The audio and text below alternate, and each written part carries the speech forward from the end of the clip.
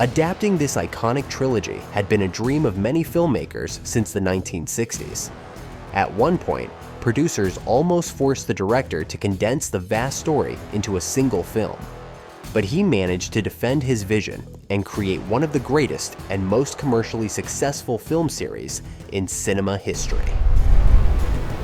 Movies Inside Out presents The Lord of the Rings. The Fellowship of the Ring is an epic fantasy film directed by Peter Jackson, released in 2001, and the first part of an adventurous trilogy based on John Tolkien's novel. What tricks were used to create stunning visual illusions? How did the actors immortalize their characters? And why did the adaptation disappoint the author's son? You'll learn all about this and much more in our new video. Get comfortable, there's plenty of fascinating content ahead. The creation story. The story of The Lord of the Rings began in the 1950s when John Ronald Reuel Tolkien released his three-part epic novel, which immediately won readers' hearts and drew the attention of filmmakers.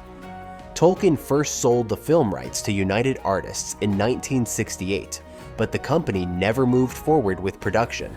Interestingly, in 1969, members of the Beatles wanted to play the main characters in a film adaptation, with Stanley Kubrick as the director.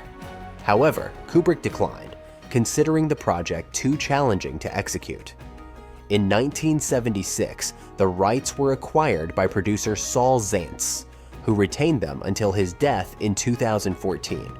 Zaentz and director John Boorman created a script for a film but never began filming.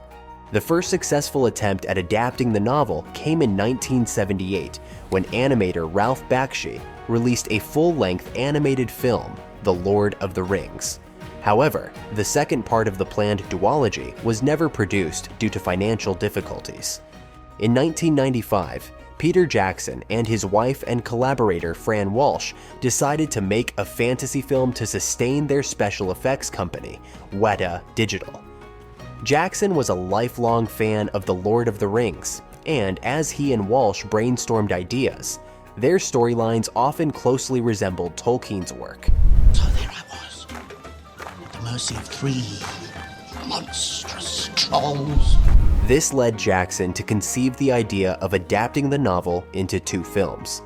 He pitched his idea to producers Bob and Harvey Weinstein of Miramax, who approved the project. Development of the scripts began, and Weta worked on the film's conceptual design. However, once the scripts were finished and the production schedule was outlined, Miramax became concerned about the budget. The studio demanded that the scripts be rewritten to condense the entire story into one film. Jackson remained steadfast in his vision for the adaptation, but the studio warned that they would hire a different director if he refused to comply. As negotiations continued, Jackson created a 35-minute video presentation and sent it, along with the scripts, to other studios. None showed interest except New Line Cinema. The studio's CEO, Robert Shea, a fan of Tolkien's works, proposed producing one film for each of the trilogy's volumes. This required Jackson, Walsh, and screenwriter Philippa Boyens to significantly revise the scripts. Rather than strictly following the structure of Tolkien's three books, they opted to create a three-part adaptation of the overall story. Casting. Elijah Wood, who played the Hobbit Frodo, was the first to join the cast after auditioning in July 1999. A huge fan of the trilogy, Wood auditioned dressed as his character and was chosen from 150 actors. I spent all my childhood pretending I was off somewhere else. Among those considered for the role was Jake Gyllenhaal, whose performance reportedly displeased the director so much that he called him the worst actor in the history of cinema. Dominic Monaghan, another contender for Frodo, ultimately secured the role of Merry. No, the big one. The role of Gandalf was initially offered to Sean Connery, but he turned it down as he didn't understand the story. Patrick Stewart also declined the role, citing his dislike for the script. Other actors considered included Patrick McGoohan Anthony Hopkins, Christopher Plummer, Richard Harris, John Astin, and Sam Neill. Ultimately, Ian McKellen was cast. McKellen had not read the novel before being offered the role and agreed to take part due to Jackson's enthusiasm. Do not take me for some conjurer of cheap tricks. Christopher Lee, who played Saruman, was personally acquainted with Tolkien and had hoped to play Gandalf. However, the filmmakers felt that the 77-year-old actor might struggle with the physical demands of the role.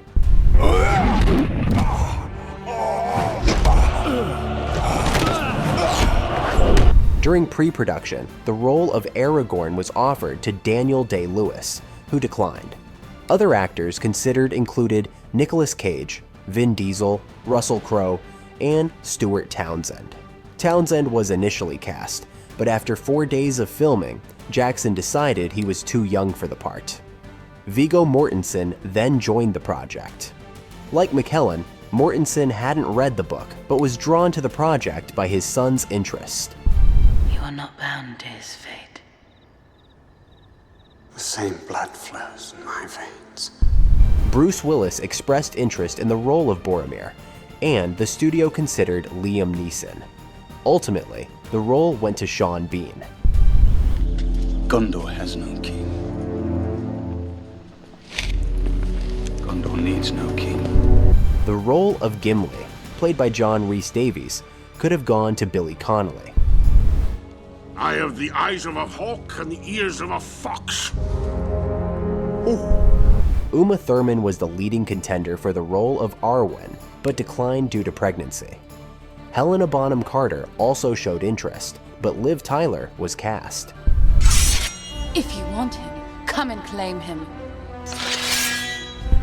Pregnancy also prevented Lucy Lawless from taking the role of Galadriel, which went to Cate Blanchett.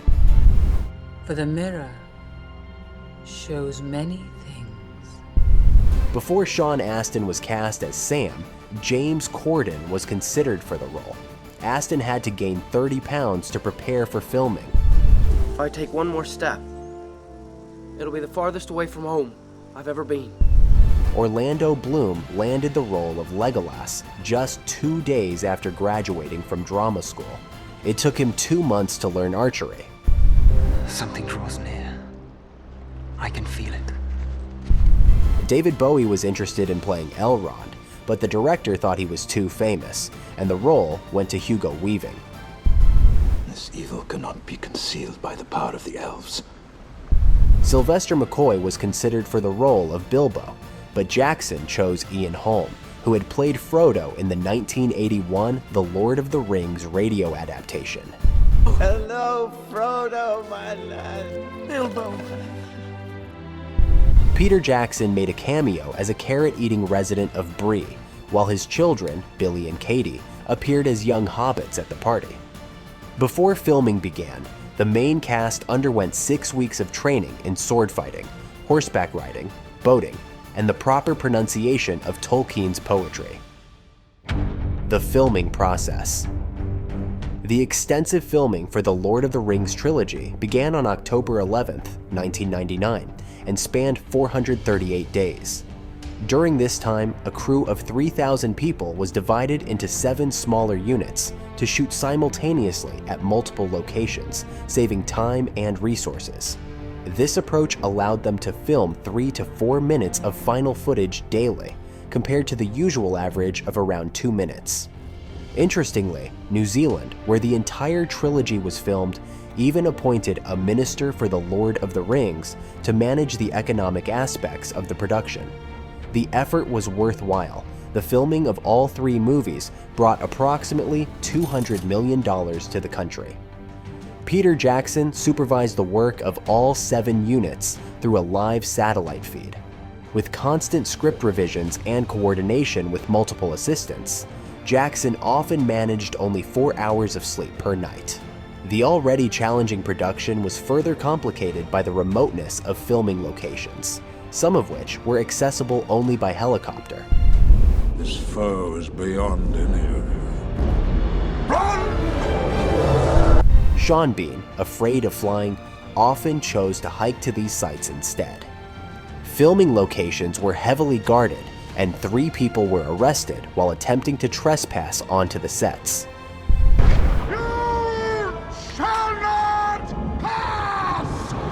To make Hobbiton look as authentic and lived in as possible, the production team built an actual village with dozens of hobbit holes and chimneys instead of relying on plywood sets or CGI.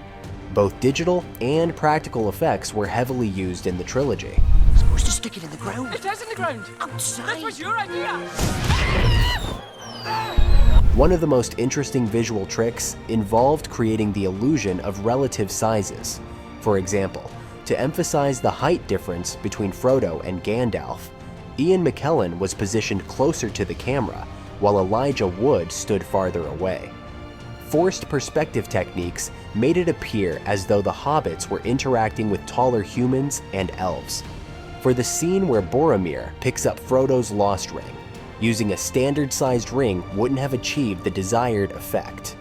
Instead, a giant prop ring with a diameter of 6 inches and a weight of 6.6 pounds was created. Jackson kept this oversized ring as a memento. To make the residents of Bree appear much taller than the hobbits, extras wore massive costumes and walked on stilts. When forced perspective wasn't feasible, green screens or body doubles, including children and dwarfs, were used. In some scenes where characters' faces weren't visible, large prosthetic hands were employed. The scene where Frodo rescues a drowning Sam wasn't filmed in water. Sean Astin was subjected to a powerful wind blast from a fan, with the water added via CGI. Andy Serkis, who portrayed Gollum, performed all the character's movements and expressions in a blue suit with motion capture markers. His performance was then enhanced with CGI. Serkis revealed that he prepared Gollum's voice by drinking a Gollum juice made of ginger, honey, and lemon, which irritated his throat to achieve the raspy tone. Master doesn't get it. He does care. Master is using you. Gollum became the first character in cinema created entirely through motion capture technology. Costume designer Neela Dixon and a team of 40 seamstresses created around 19,000 costumes, about 40 for each character, including their body doubles. For the hobbits, over 1,500 pairs of latex feet and ears were crafted, which were worn once before wearing out. Applying the prosthetics took an hour, during which actors had to stand perfectly still. The art department also faced unique challenges.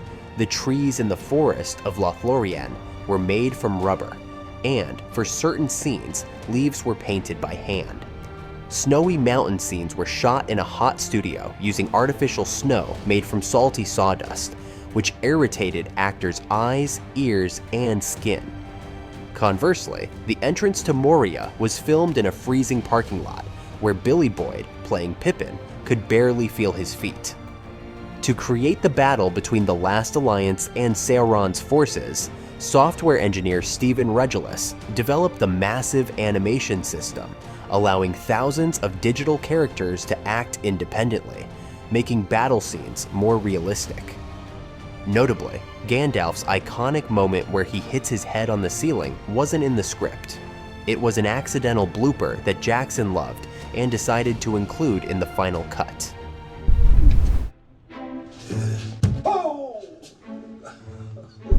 Viggo Mortensen, interested in languages, requested more lines for Aragorn in Elvish. Knowing English, Spanish, and Danish, Mortensen embraced the challenge of Tolkien's languages.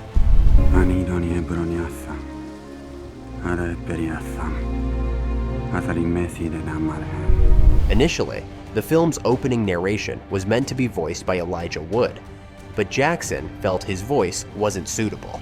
After auditioning others, Cate Blanchett was chosen. It began with the forging of the Great Rings. Interestingly, all actors playing hobbits wore wigs, except for Peter Jackson's son, Billy, whose natural hair matched perfectly. Dominic Monaghan had to wear a foam suit to make him appear bulkier. To avoid dehydration during filming, he drank 3 liters of water daily. Filming the final battle in scorching heat caused many actors to faint from heat stroke. After filming wrapped on December 22, 2000, all members of the Fellowship, except for John Rhys Davies, got matching tattoos of the Elvish symbol for 9. Peter Jackson also got a tattoo, choosing the Elvish numeral for 10. Movie mistakes and errors. Now let's take a closer look at the various goofs and inconsistencies in The Lord of the Rings that inevitably slip past the filmmakers. How many mistakes do you think the movie contains? Pause the video and share your guess in the comments. Let's start counting. Fly, you fools! In the film's prologue, you can see that the character on the far right doesn't hold a ring and, unlike the others, stands completely still.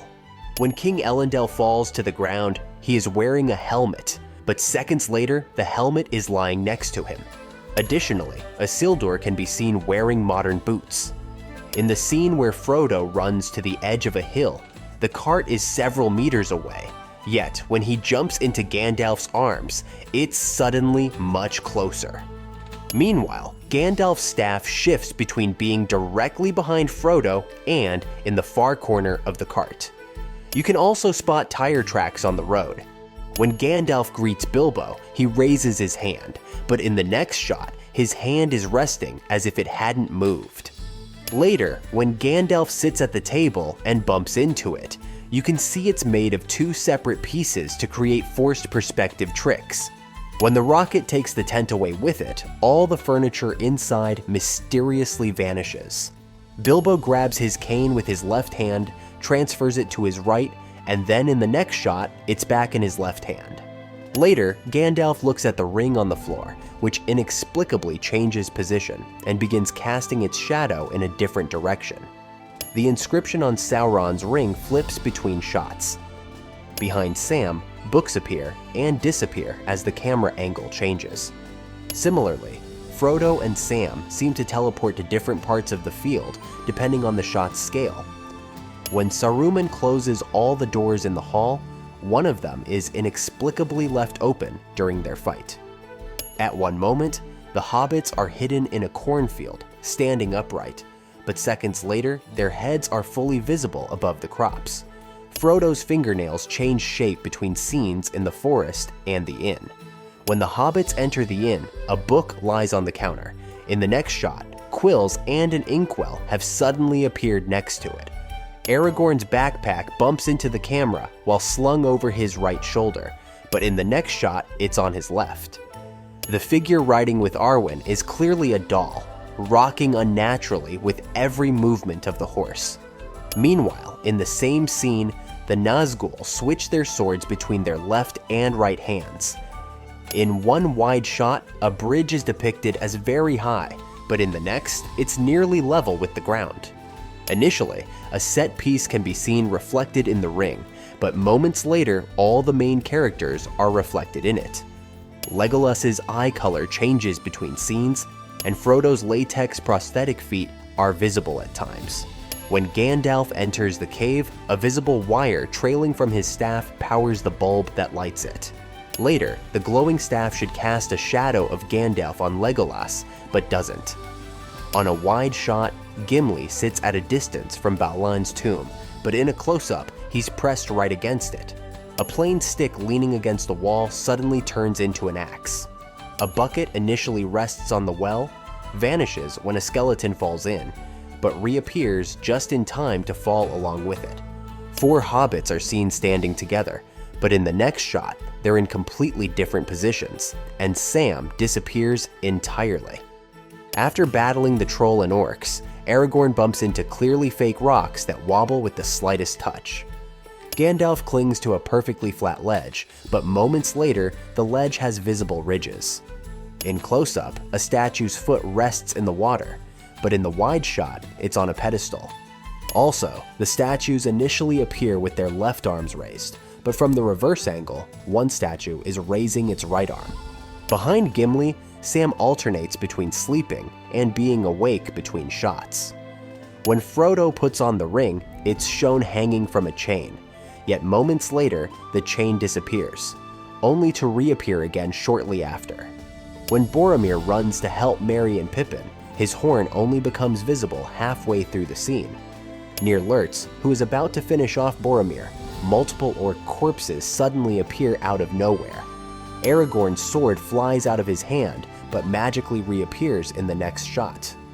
Boromir, in his dying moments, alternates between holding Aragorn's shoulder and not touching him. In the water, Frodo easily reaches Sam, who is already submerged, but in the next shot, their hand positions change dramatically.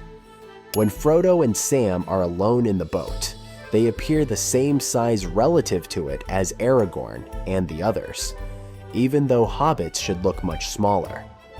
At the end of the film, the fletching on Legolas's arrows changes color several times, orange, then yellow, then green. Have you noticed any of these mistakes during your viewing, or perhaps you've spotted other errors we didn't mention? Let us know in the comments. Deleted scenes and bloopers. All the films in the trilogy exist in two versions, theatrical and extended. The extended versions include over half an hour of additional scenes that, while not crucial to the plot, enrich existing episodes and provide greater character depth. For example, in the prologue, there is more detail about Isildur's death. It betrayed Isildur to his death.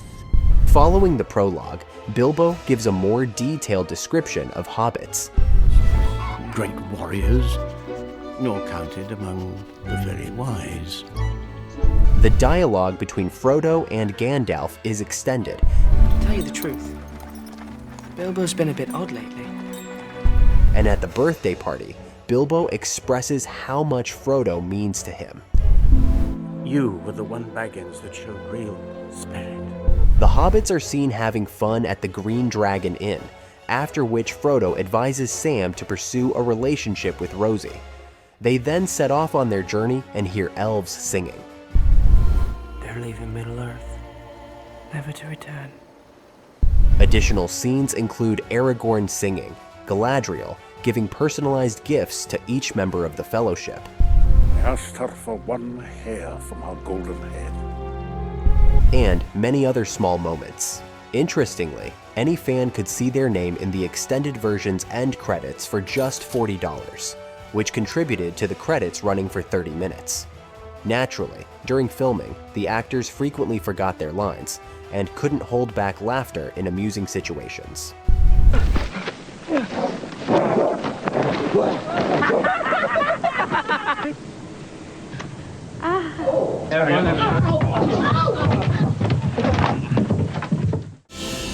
Worldwide recognition.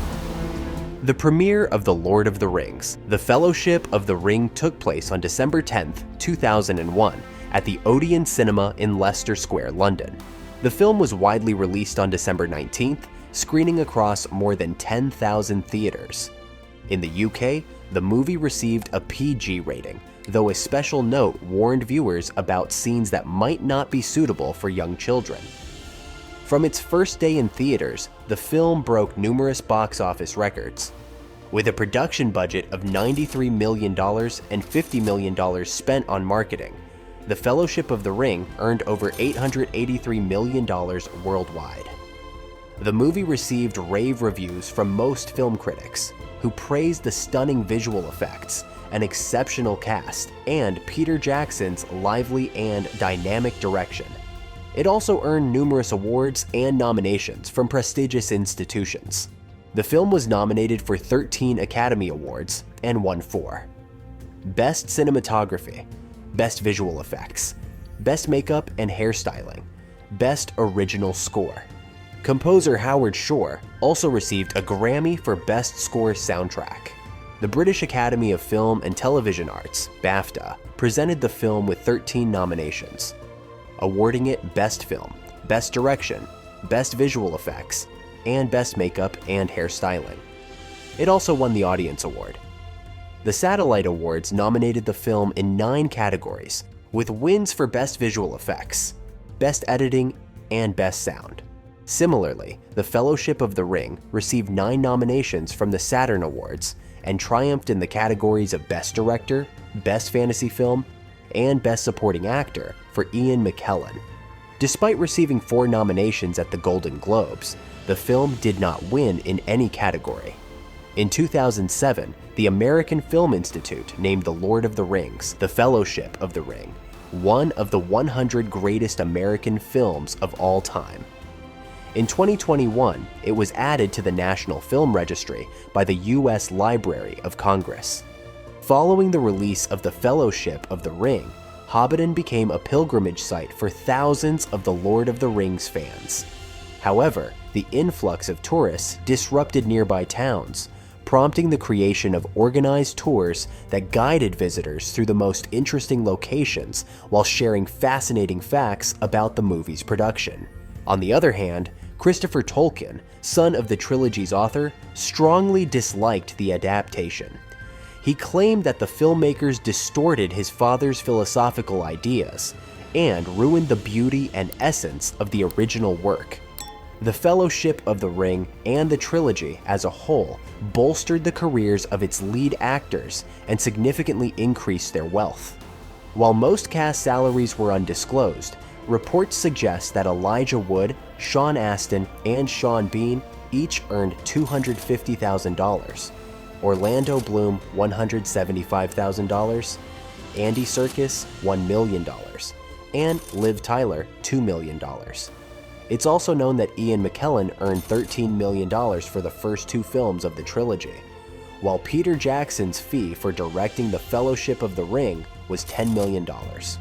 In December 2002, the second installment, The Two Towers, was released, followed a year later by The Return of the King, which became the most successful film in the series, grossing over $1 billion and winning 11 Academy Awards. From 2012 to 2014, Jackson directed the Hobbit trilogy. Additionally, in 2022, the series The Lord of the Rings, The Rings of Power premiered, with the anime film The Lord of the Rings, The War of the Rohirrim released in late 2024. What do you love most about the Lord of the Rings trilogy?